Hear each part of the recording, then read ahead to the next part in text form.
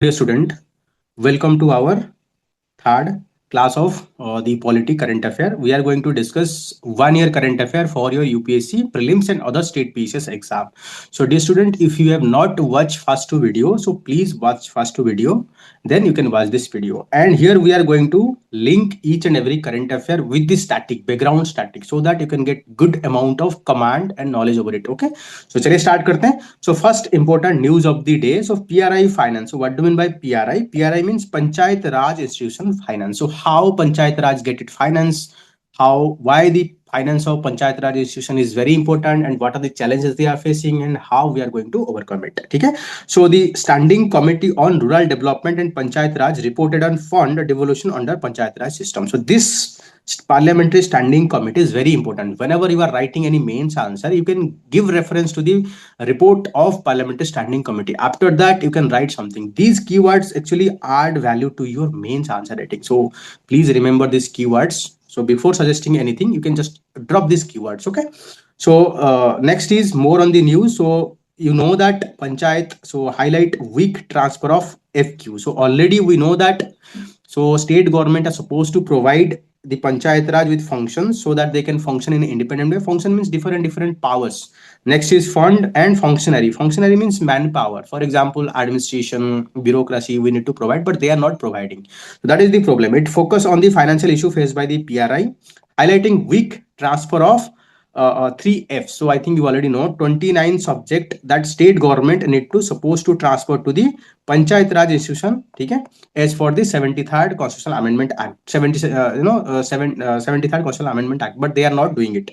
So next we are going to see source of revenue from the Panchayat Raj. So where Panchayat Raj getting its revenue? So first one is about the tax and grant from the central and state government. Both central government, they provide tax grant as for the recommendation given by the finance commission. State government is also providing as for the finance commission recommendation.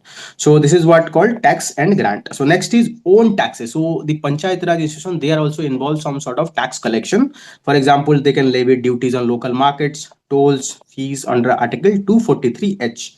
So please remember this article. So nowadays they are asking even diff this time question from the UPSC prelims. So the Panchayat Raj was also getting funding from the central sponsor scheme. So I think a lot of central sponsor scheme like Swachh Bharat Mission. So they are getting directly funding from it. But these are very tied nature. For example, if it is getting fund from the Swachh Bharat Mission, so that means the money, let's say it is getting 1 crore, or let's say 10 crore money in the PRI. But that money only can be invest in the Swachh Bharat infrastructure, like creating toilet, creating sanitary infrastructure, not any other purpose. So problem with that. For example, let's say Kerala is already developed state. It is getting 10 crore in Swachh Bharat mission, but Kerala already developed, no need on that money. Then it has to spend this money on, despite देखो इसको जरूरत ही नहीं है केरला को, फिर भी उसको 10 crore have to spend on the Swachh Bharat mission. So that is what led to the wastage of money. So we need to give more on tide, means that is Panchayat Raj institution can spend this money on any sector, but central sponsored scheme, they are very tied in nature. For example, if this money is for education, the local government only have to spend on the education. So that is the problem. So that is the problem they are facing. So next is issue with the finance of PRI. So what kind of challenges our Panchayat Raj institution are facing? So first one is about the declining the allocation. So we are seeing in successive, the fund that is being allocated to Panchayat Raj has been declining. Just imagine if we are not providing funding to our Panchayat Raj or local self government, how can they are going to function? Fund is everything. Okay? Fund is the lifeblood of any governance. So successive budget reduce the PRI fund, weakening decentralization. So next is tied versus untied grant. So 15 Finance Commission have 16% tied. That means if the fund is provided for education, then PRI only can fund this can spend this money on education only. Let's say take the example of Kerala is already having literacy 100% literacy rate. If fund is provided for improving literacy, then Kerala is having no use, but still they have to spend on the education. So that is what led to the underutilization, misutilization, and misappropriation. Only 40% is untied. That means the Panchayat Raj institution having freedom, they can spend this money on any any, it can be health, it can be education, it can be sanitation, anything leading to underutilization. So next is election delay. So recently we have seen so many panchayat raj, their election is not held regularly because of, some political issue. For example, OBC quota in Telangana, stall the fund use. So if there is no proper elected government at the panchayat raj institution, so that is what led to the bureaucracy, they are capturing the powers. Okay, so that is what hurdle also. So next is weak functioning of the district planning committee. So if you look into 73rd Constitutional Amendment Act, it provide for establishment of a constitutional body called District Planning Committee, DPC. If you look into that, there is two planning committee. Before that, there is called National Planning Committee and State Planning Committee. Both are executive body. So they are established by the executive through their resolution. But District Planning Committee is constitutional body. So this can be a very good prelims question. Already we know that planning commission or planning committee, they are executive body, but District Planning Committee is constitutional body that is established in 73rd Constitutional Amendment. This can be a very good question to make sure that to force student to commit error. So next is irregular state finance commission. So the 73rd Constitutional Amendment provide for establishment of the finance commission at the state level. They can provide recommendation how much money that can be distributed between state and panchayat raj institution. But problem is that when if you are not establishing state finance commission regularly, so then this distribution is the panchayat raj is not getting proper distribution. That is what the problem. So only 9 states have the 6th State Finance Commission. That is what led to the delay in devolution of their fund. So next is poor GPDP. What is the full form of GP? Gram Panchayat Development Plan. Gram Panchayat Development Plan. So each and every Gram Panchayat, they need to prepare a Gram Panchayat Development Plan and that need to be uploaded. So low compliance on the Gram Swaraj.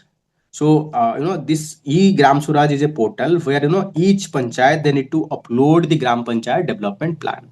So, because of this delay, so 615 finance, so that is what led to the delay in the grant. That means the money they are going to get depending on how they are preparing plan and they need to upload in that Gram Swaraj portal.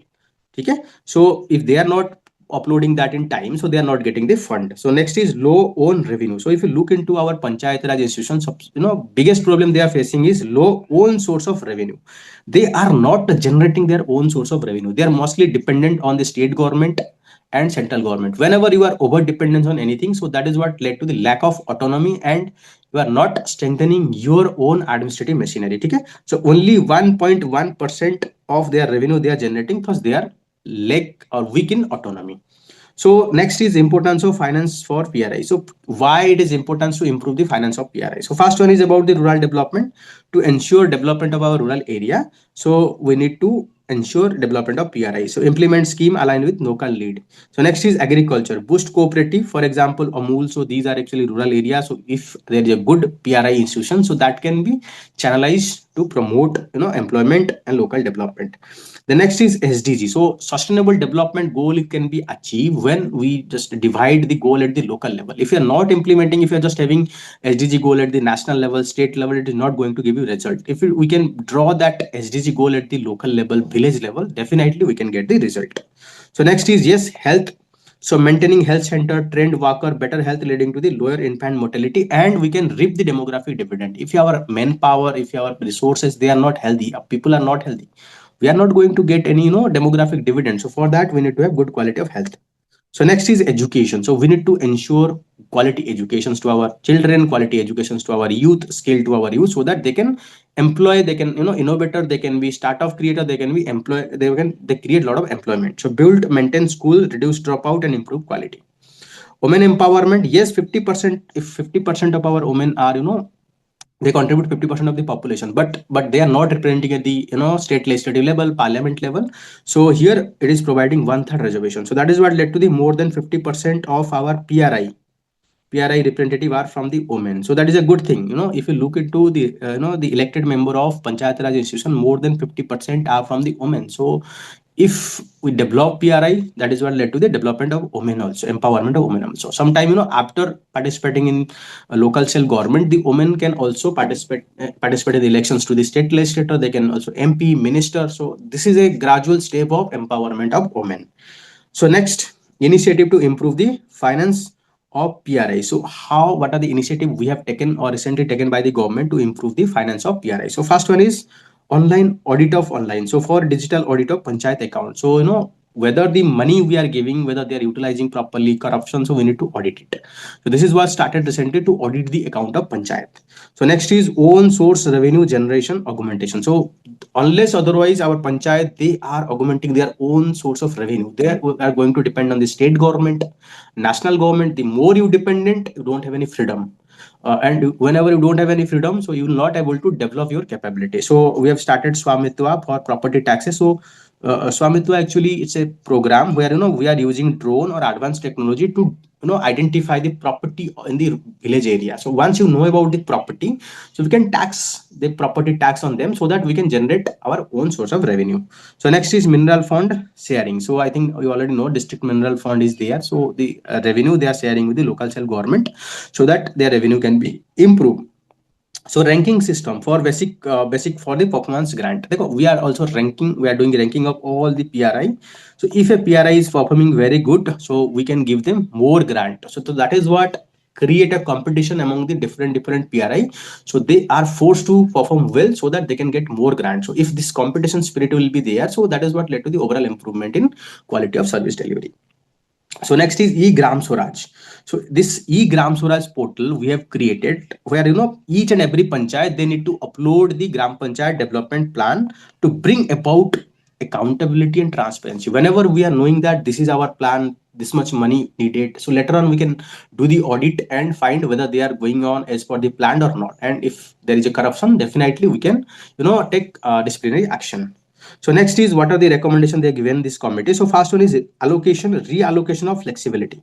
So no doubt we need to give fund while we're applying the fund. So we need to give little bit of flexibility to these panchayat raj institutions because they are having different need. What is the need in Bihar different from the need in the Kerala? So by sitting in Delhi, we cannot say that both Bihar and Kerala are equal.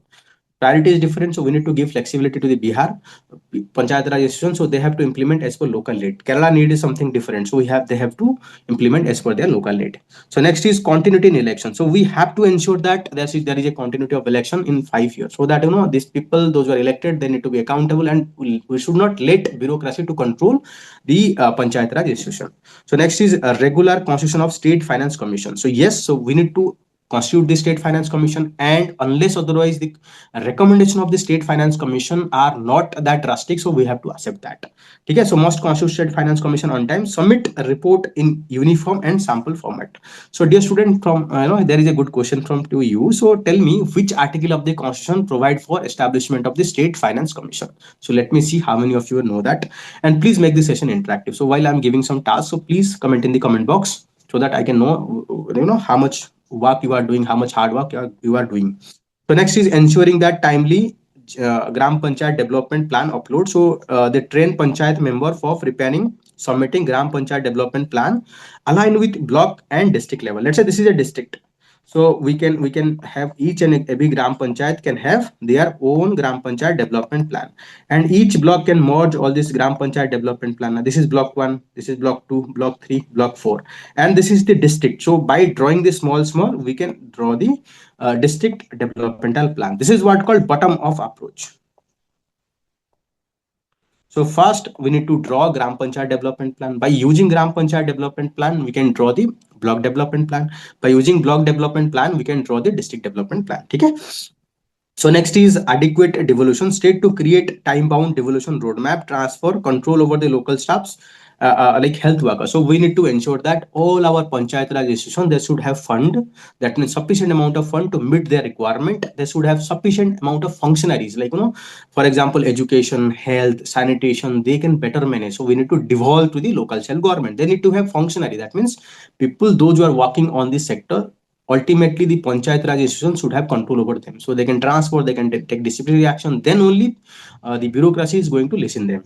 So next is Ministry of Panchayat to prepare state devolution report on 3F. So both the Ministry of Panchayat Raj at the national level, state level, they need to provide a roadmap how they are going to devolve all these things.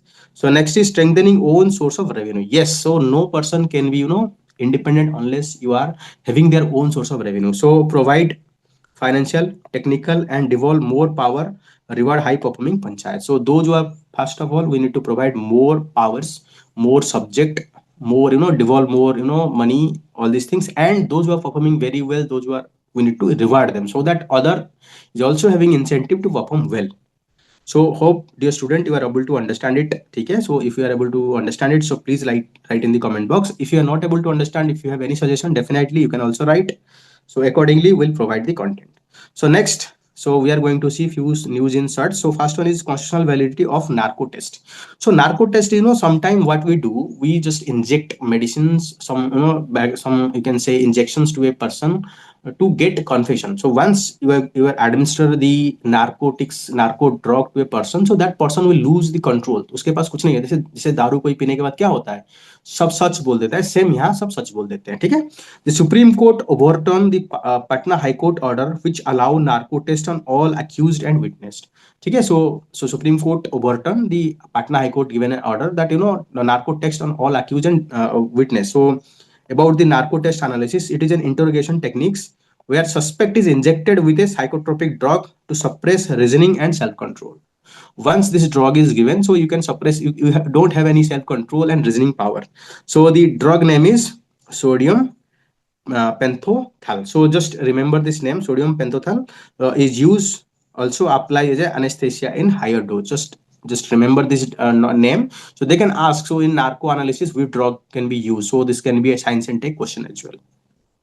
So key highlight of the judgment. So the involuntary narco test. So involuntary means if we are forcing someone to go through the narco test, it violates the article 20 and 3. That is right to self incrimination. So we cannot force a person to give evidence against a person. Na? For example, if let's say the person is committing a crime, so police cannot force that person to give evidence against. So if you are doing narco test, so you are forcing that person to give evidence against that person. Na? So which is violating of article 20 clause 3. So next is article 21 also. So right to personal liberty and your privacy also. Without your consent, no one can conduct a narco test. So which is illegal. So next is voluntary narco. Sometime a person can, let's say a person X is arrested, let's say rape case. So that person is, if that person is not having committing this rape, this person can say that I'm ready for narco test to know about the truth.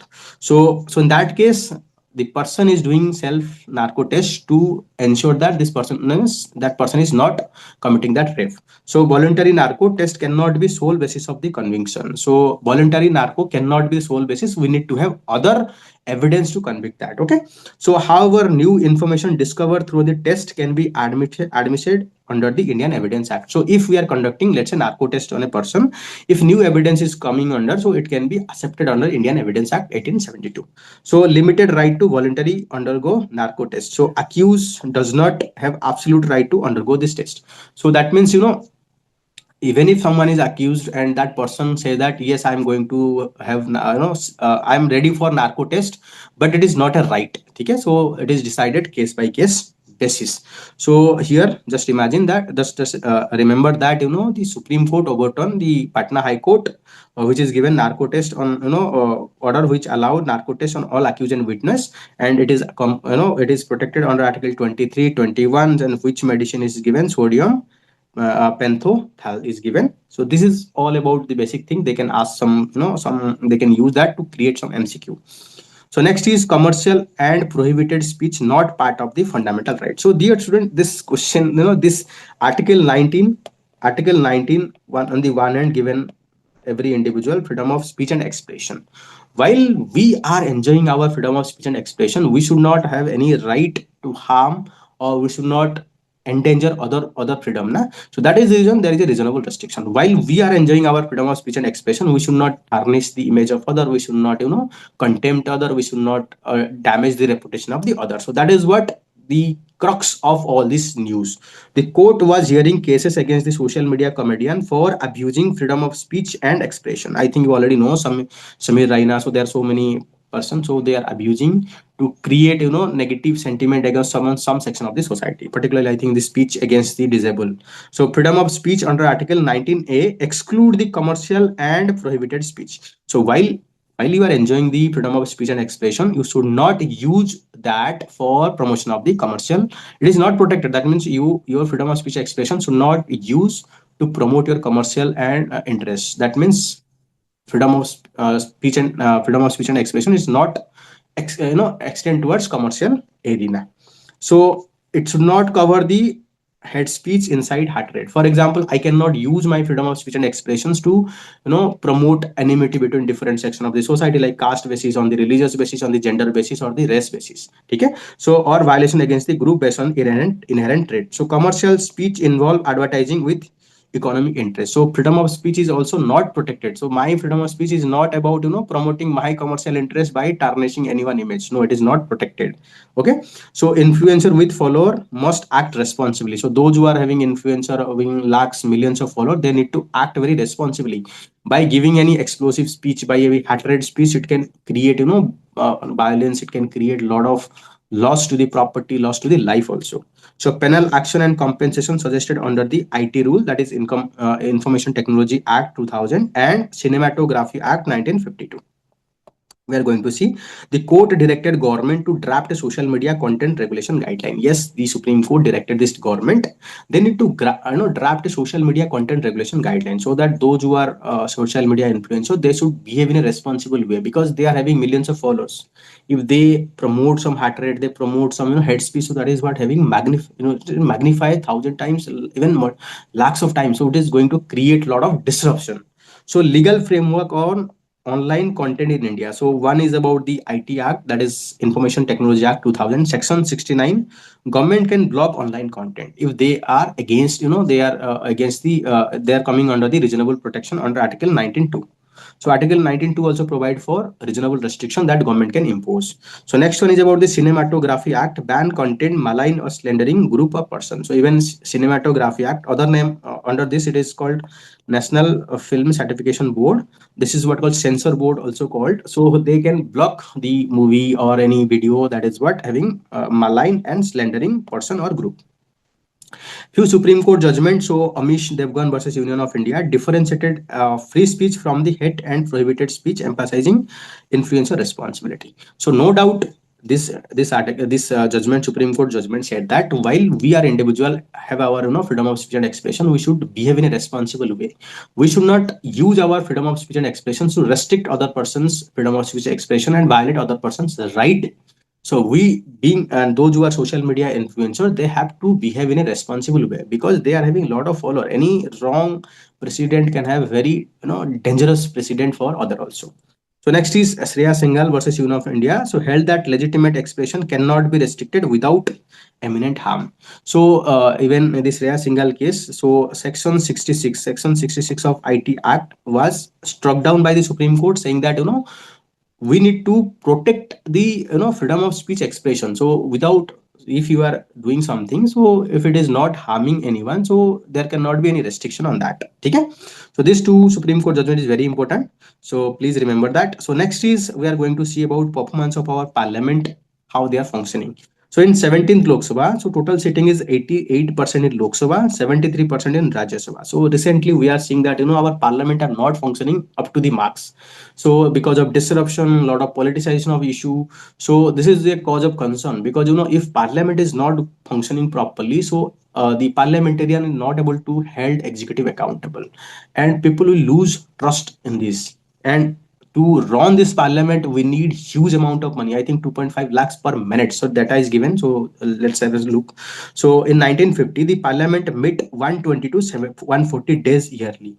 But now it is meeting 60 to 70, half number of days. Just imagine if half number of days are met in a year. So in that case, our executive are not accountable. So their accountability is declining drastically. And then in that case, if there is no proper accountability, the executive will behave in a authoritative way. So we need to increase the number of sitting.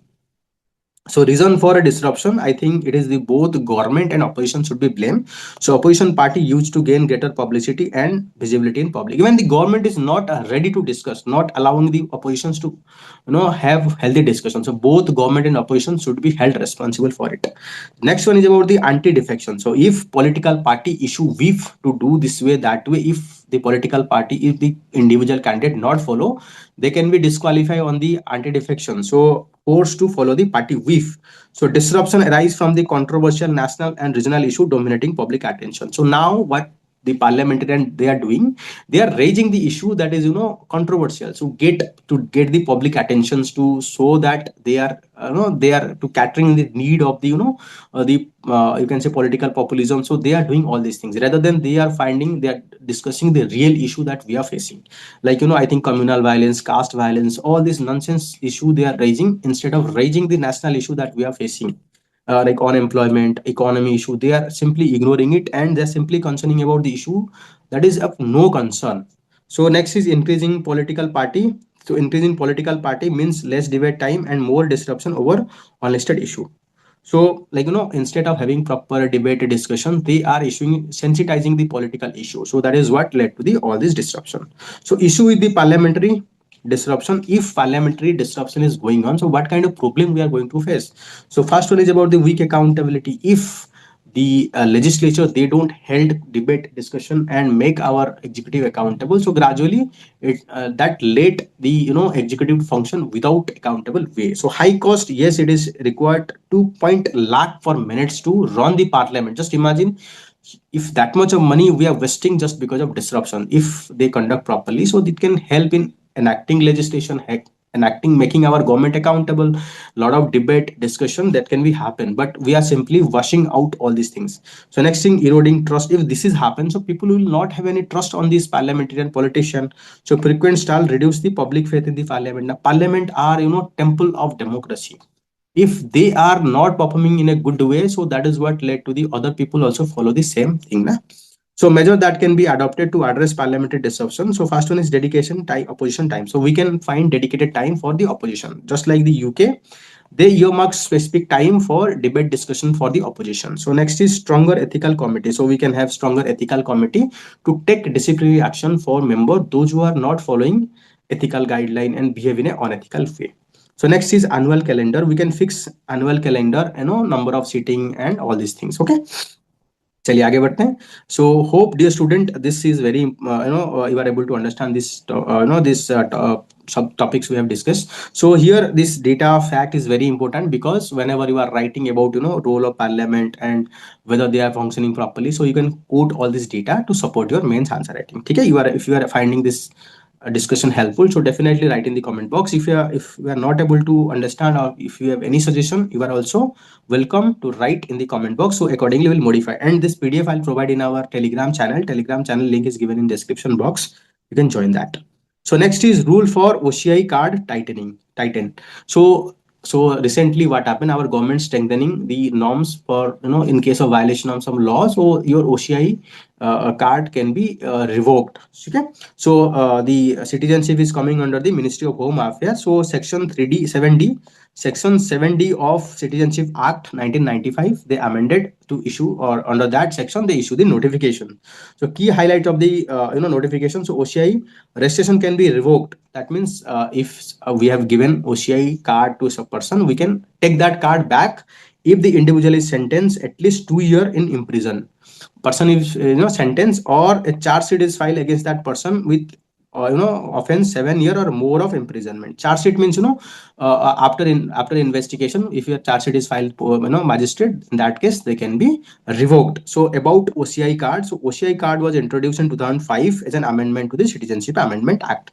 The constitution just provide who can be citizen of India, and then it empowered the parliament to make law for citizenship. Under that we have enacted Citizenship Act, and to make an amendment to that, and we have introduced the OCI card, Overseas Citizen of India card. So in 2015, we have merged Person of Indian Origin card with OCI card. So all PI card holder became the OCI card holder. So there is a duality. So we have merged it and make it single card. Okay. So next is OCI is not a dual citizenship, does not guarantee political right. That means let's say you are staying in USA, but you are having Indian origin or Indian ancestor. So that means you are getting a OCI card from India, but you are citizen of India. You are not the citizen of India, but you are getting a lot of benefit just because of having this OCI card. That is what it is saying. and you are not having any political right. That means you cannot vote, you cannot contest. So cancellation ground. So obtain, if the OCI card is obtained by fraud, dis if you are having any disrespect towards our constitution and threat to the sovereignty, security and foreign relation or public interest, your card can be cancelled. So eligibility for registration of the OCI card. So what are the eligibility? So foreign national who were citizen of India on 26th Jan 1950, they can eligible for OCI cards. Those eligible to become citizen of India on 26th Jan 1950, they can get the OCI card. Person from the territory that became part of India after 15th August 1947, they can also eligible. Children, grandchildren, great grandchildren of such citizen, minor children or with one or both parent Indian citizenship, spouse of Indian OCI citizen with registration marriage submitting at least 2 year.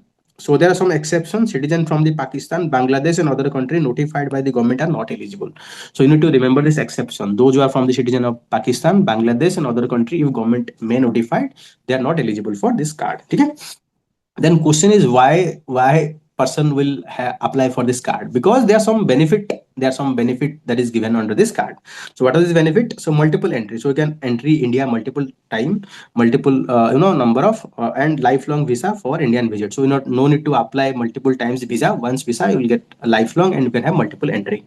So no registration needed for foreign registration office regardless of stay in length. So that means it's quite easy. So if you are staying in India, no need to go multiple times to inform about stay. So once you have the OCI card, you can stay any length of time in India. So it is parity with NRI. So NRI means any person who are ordinary citizen of India, but they are staying outside India for 6 months. Okay. So financial, educational field, except agricultural and plantation property purchase. So those who are OCI card, they cannot purchase agricultural and plantation property. Otherwise, they are having same right as the OCI, as the NRI, non-citizens of non-resident of Indian citizen. Okay. So hope, dear student, you are able to understand this article. So if you are able to understand, please write in the comment box. If you are not, let me know what kind of problem you are facing. So suggest me so that I can improve it, because your feedback is very critical to me. By knowing your feedback, definitely I'll improve it. Okay. So next is removal of judges of higher judiciary. So recently I think there is a controversy that is going on after huge amount of burnt cash being found on the Justice Yashwant Verma. After that, both Rajya Sabha and Lok Sabha, they passed resolution for removal of Justice Yashwant Verma. So constitution provision regarding removal of the judges, Article 124 for removal of the Supreme Court judges on proven misbehavior and incapacity. There is two ground on which judges of a Supreme Court or High Court can be removed. By the way, the removal process of judges of High Court is same as removal process of judges of Supreme Court. So they can be removed on the ground of misbehavior and incapacity, proven incapacity. So Article 124 Clause 5, Parliament regulate procedure by Judges Inquiry Act. So we have started we have enacted one law that is called Judges Inquiry Act 1968. So this is what guide how we are going to remove the judges, okay, from Supreme Court and High Court. So under Article 217, Supreme Court judges removed by the President in same manner as judges of the Supreme Court under Article 124 Clause 4. So that means removal procedure for High Court judges is same as removal procedure for judges of Supreme Court. So this can be a very good question in your prelims also. So Article 218 extend Article 124.4, 124.5 provisions to the High Court. Okay. So removal procedure is same for the Supreme Court and High Court.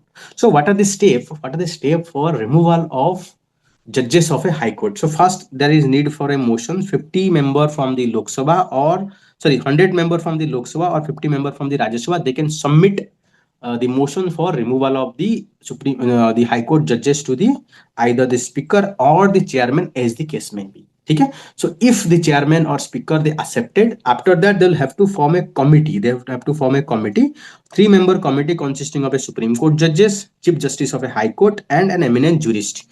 So these 3 person will conduct inquiry to find whether the judges is suffering from the guilty of misbehavior or incapacity.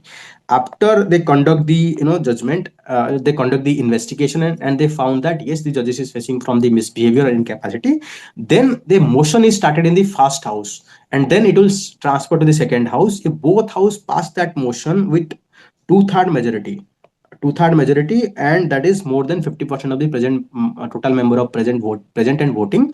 In that case, judges can be removed. So this is what called special majority. That means a two-third present and voting should be more than 50% of the strength of the house. Then only we need to at that means parliament is passed the resolution. Then it is given to the president for removal. After passes, address sent to the president in same house, same session. So we need to present that in the same session.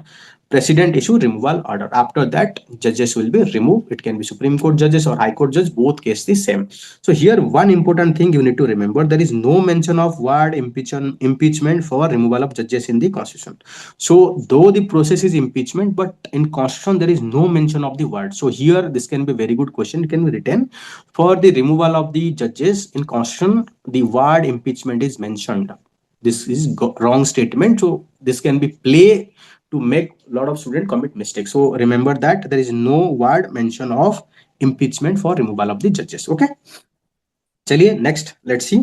Next article is elections to the office of Vice President of India. So Election Commission of India has announced election date for 17th Vice President of election. So I think recently our Vice President resigned. So after that we need to elect our new Vice President. So constitutional provision related to Vice President. So what are the provisions? So first one is Vice President is elected for a 5-year. Election must be held promptly if vacant. If in between there is a election, there is no time limit. For example, in case of president, in case of let's say the state legislature or parliament, 6 months.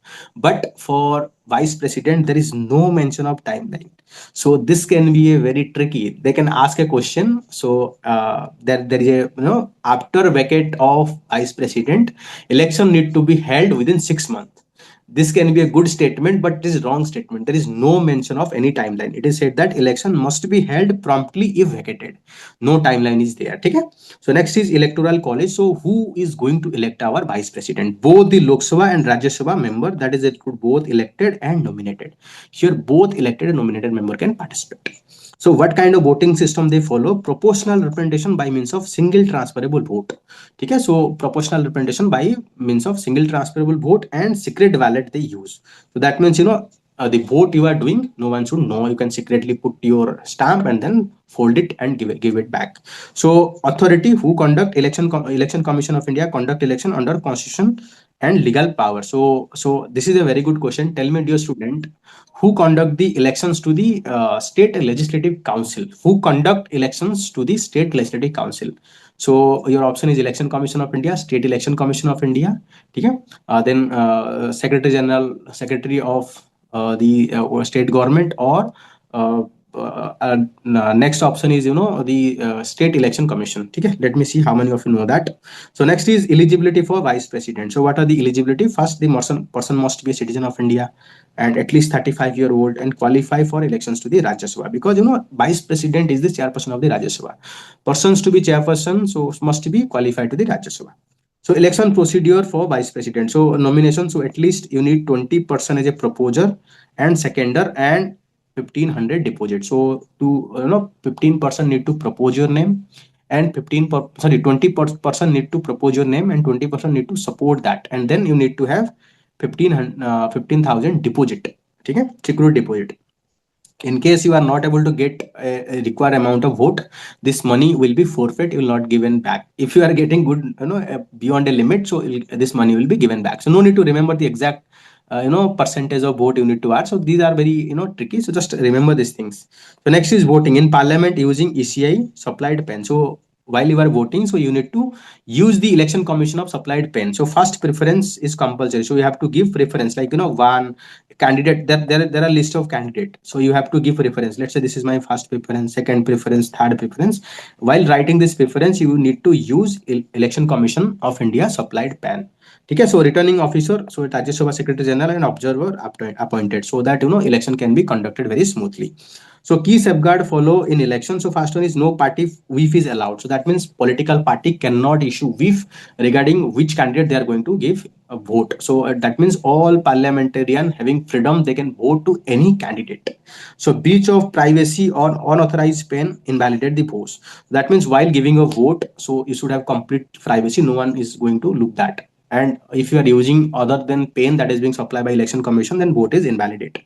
So bribery and undue influence can challenge election legally. So if there is a bribery and a force or any intimidations to give vote a particular way, then that that election can be challenged.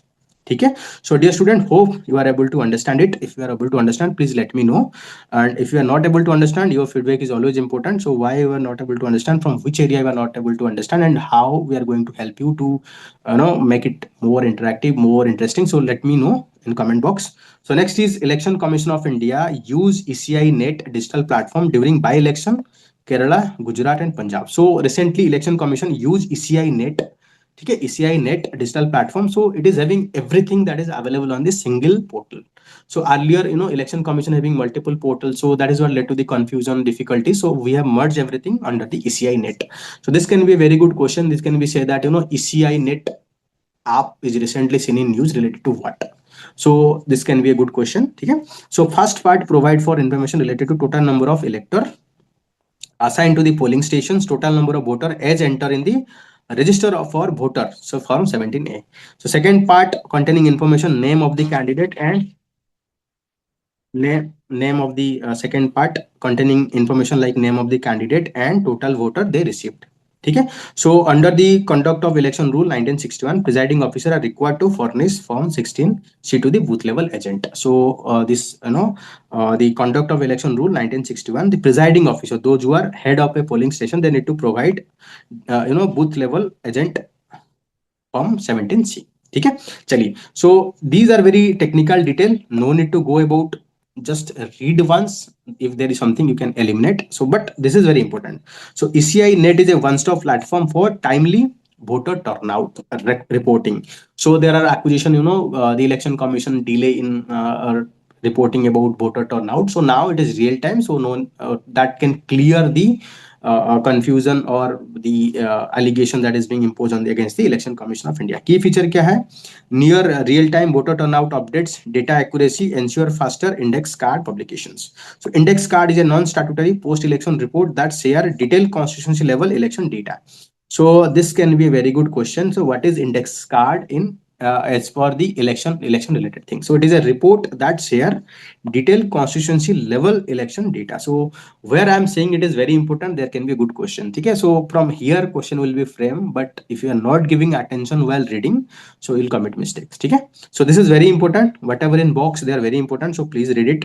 So next important news is bill of landing bill. So parliament passed bill of landing bill. So about bill of landing bill, so update and simplify legal framework for shipping documents.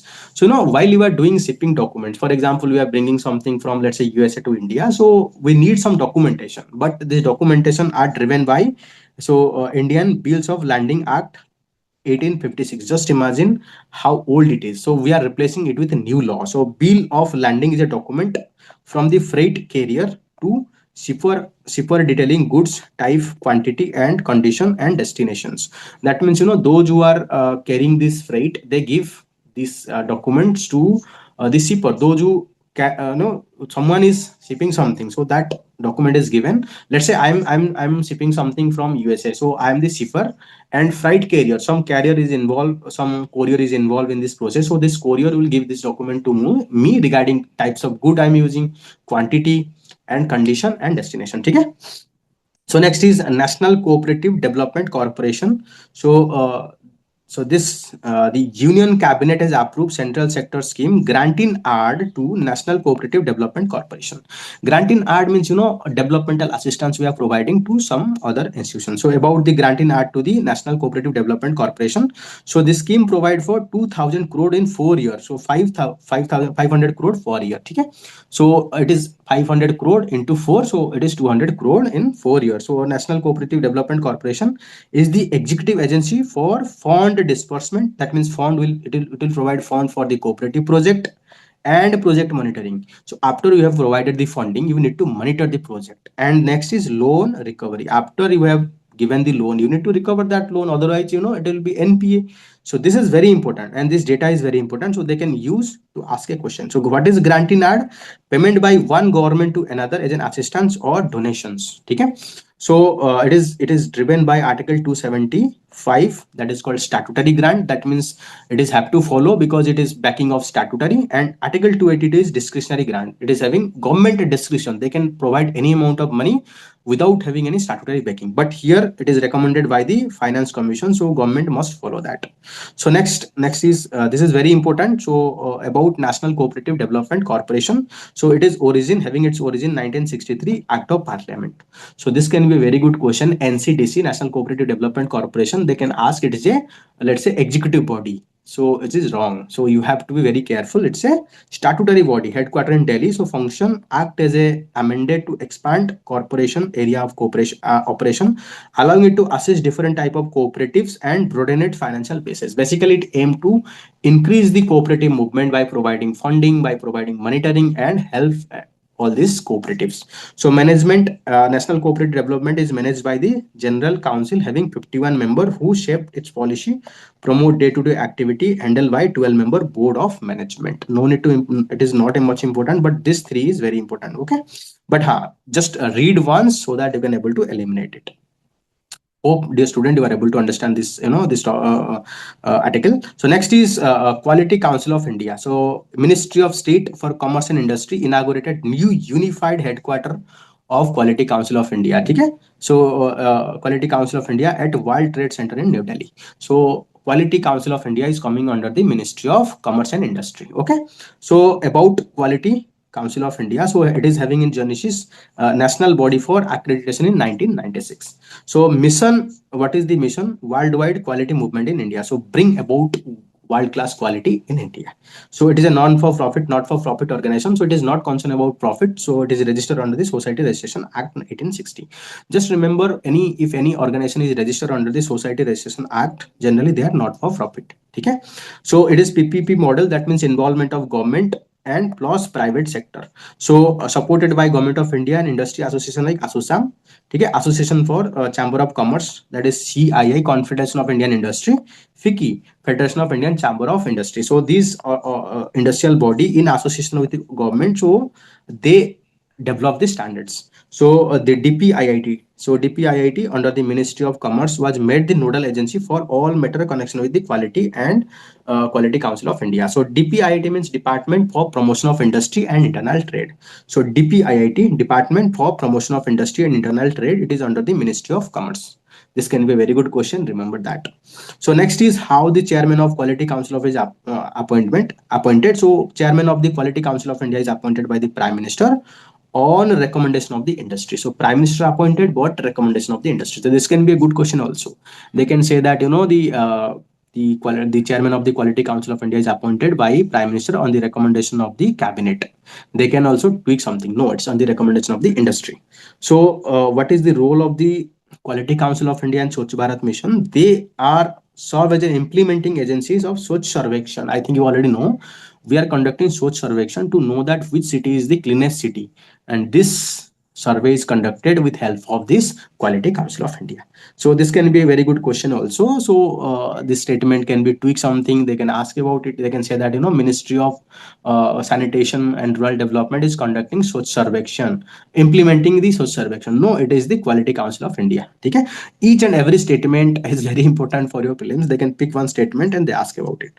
So key objective of Quality Council of India to lead a national quality camp and to ensure quality at the national level, to develop capacities at the level of government, institution and enterprise. So to develop, establish, operate a national accreditation program. That means those who are operating in different quality capacity. So we need to test them whether they are following the standard or not. So we have to rate them. So to build capacity to overcome sanitary, phytosanitary and technical barrier to the trade constraint. So most of our product we are sending to, let's say, foreign country, they are being rejected on the ground of sanitary and phytosanitary. Let's say some fruits we are sending to European country, but they are rejecting. They are saying that some some pesticide is there, some insect are there which is very harmful. So if we develop proper capability, then we'll prevent the rejection of our agricultural product in European company. Same technical barrier to trade. For example, let's say we are developing some electrical appliance, so we have to follow some certain standards, like the ampere norms, all these things. So if Quality Council of India help to design that, then our export will be all over the world without having any rejection. Okay, चलिए आगे बढ़ते हैं. So next one is about the Adi Karma Yogi program. So Ministry of Tribal Affairs launch Adi Karma Yogi program. So you need to remember about, so they can ask about this question. So Adi Karma Yogi program is coming under which ministry? Ministry of Tribal Affairs, that is MOTA, Ministry of Tribal Affairs. So about Adi Karma Yogi program, so build a cadre of highly motivated officers, change maker dedicated to grassroots transformation. So we are collecting some dedicated officer who are dedicated for improvement of the tribal affair and improvement at the grassroots level. So objective to capacity building of 2 lakh field level stakeholder. We need to build the capacity of 2 million field worker, creating a batch of trainer and master trainer at the state, district and the block levels. So they help in improving the tribal area. So it seeks to emphasize citizen centric ideation and delivery. So reaching 1 lakh tribal village and habitation is the target. So this can be good question in your prelims. Just remember this fact, and they are direct. If any question comes in the prelims, they are very direct, so you can answer it. So hope you are able to understand. So next important article is National Standards for Civil Service Training Institution. So National Standard for Training Civil Service Training Institute framework are launched by the Ministry of State Personnel, Public Grievance and Pension. So if anything related to administration, civil service, it is coming under the Ministry of Personnel. Personnel means I think management of human being, or HR. So Public Grievance and Pension. Okay, so you need to remember that. So about National Standard for Civil Service Training Institution, so developed by Capacity Building Commission under Mission Karma Yogi. So this is very important. So the Mission Karma Yogi aims to build the civil servant. They are future ready. They are ready for advanced technology to improve their capability, ethics, to make sure that they are ready for the 21st century. So to build competent future ready civil service for effective service and Atmanirbhar Bharat. So objective is to establish baseline capacity in Central Training Institute, enhance management tool, standardize capacity building with clear procedure. They basically aims to improve the capacity in our training institution. So those who are civil servant, once they enter into, they are having good quality of trained manpower who are very motivated, so they can bring more changes. Okay, so framework, what are the framework? So introduce hybrid and AI driven learning model. So we need to incorporate advanced learning model to make sure that our administration are ready for the future. So inclusive design for all government training levels. So next is promote adoption of the best practices by bridging public private sector. So a lot of development is going on in the private sector. So if we can bring and impart something to our civil servant, so we can make our civil servant modern ready. So 8 pillar of excellent of NSCSTI. So first one is training need and assessment and course design. So next one is faculty development. We need to develop the faculty. Resource and training targets. So we need to set the targets and what are the resources they are need. Then training support. We need to provide training support, digitization and training delivery. Collaboration, we can collaborate with different private sector, foreign also, to ensure that our civil servant are getting good quality of training. So next is training evaluation and quality assessment. After the training, we need to evaluate whether they are learning it or not. So next is operation and governance. We need to ensure that they should be operated in a proper way and good governance is there. So dear student, this is all about our current affairs. So we have completed I think 3 months of current affair. So polity. So from tomorrow onward, I'll start the international relation. So from June to August. And dear student, if you like this video, please like, subscribe, and please write your thought in the comment box. If you have any suggestion, feedback, how we can make this video more interactive, more interesting, you are always welcome. Please write that. And please, at this, dear student, at this moment, I need your support. Please do share this video with your friends so that more number of students can get it. Because to make this video, a lot of effort we are putting, and that too free of cost. So same courses that there are a lot of institutions that are charging huge amount of money. So I need just your support to grow my channel. So it's a new channel. So please share this video with your friends so that more number of students can benefit. Okay, student. So we'll have to end our discussion here. So from tomorrow onward, we'll start the IR classes from June to August. Chaliye dear student, bye bye. Take care. Have a good day. Bye.